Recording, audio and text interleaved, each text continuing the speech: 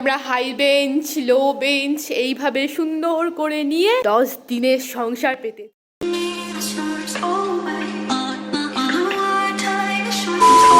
High, প্রথমেই একটা কথা বলে নেই, এই যে ভিডিওটা দেখতে পাচ্ছ এটা কিন্তু বেশ কয়েক মাস আগের, মানে বেশ কয়েক মাস বলতে জানুয়ারি মাসেরই।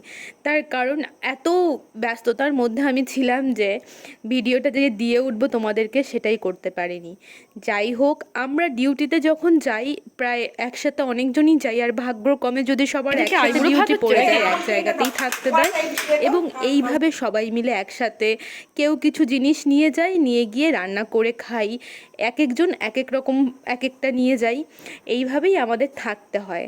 আর দেখো আমাদের যে রুমটা দিয়েছিল থাকার জন্য, হোগলাপাতার ঘরে থাকতে দেয়। তো আমরা যেহেতু লেট করে এসেছি, তো আমাদের একটা প্রাইমারি স্কুল দিছে, এবং সেই স্কুলে আমরা হাই বেঞ্চ, লো বেঞ্চ এইভাবে সুন্দর করে নিয়ে গুছিয়ে গাছিয়ে আমাদের আপাতত 10 দিনের সংসার পেতেছি।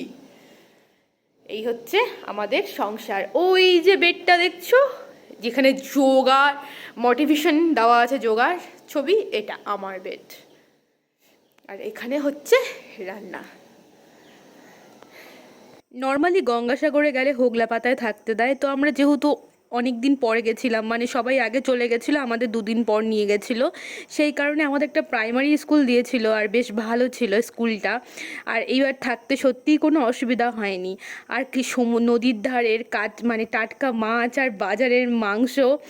সবার তো ডিউটি একসাথে পড়ে না, কারো ধরো নাইট শিফট পড়ে, যাদের নাইট শিফট পড়ে তারা দিনের বেলা রান্না করে, আর যাদের ইভিনিং থাকে আমরা সবাই অ্যাডজাস্ট করে এইভাবে কাজগুলো করি এবং নিজেরা একসাথেই খাই, যেন মনে হয় পিকনিকের মতো। ডিউটির তো কষ্ট থাকবেই, কেননা মর্নিং করে আবার নাইট করতে হয়, কিন্তু তার মাঝেও যে নিজেদের এই ছোট ছোট আনন্দগুলো ভাগ করে নিই, এটা বেশ ভালো লাগে।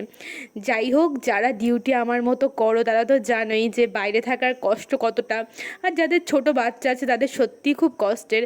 আর আমরা প্রায় 7 থেকে 8 দিন এখানে ছিলাম, 9 দিনের মাথায় বাড়িতে গেছি, এবং এই যে লাস্টের দিন পুরো লাগেজপত্র গুছিয়ে নিয়ে বের হয়েছি। সব থেকে কষ্ট হচ্ছে এই লাগেজ টানাটা।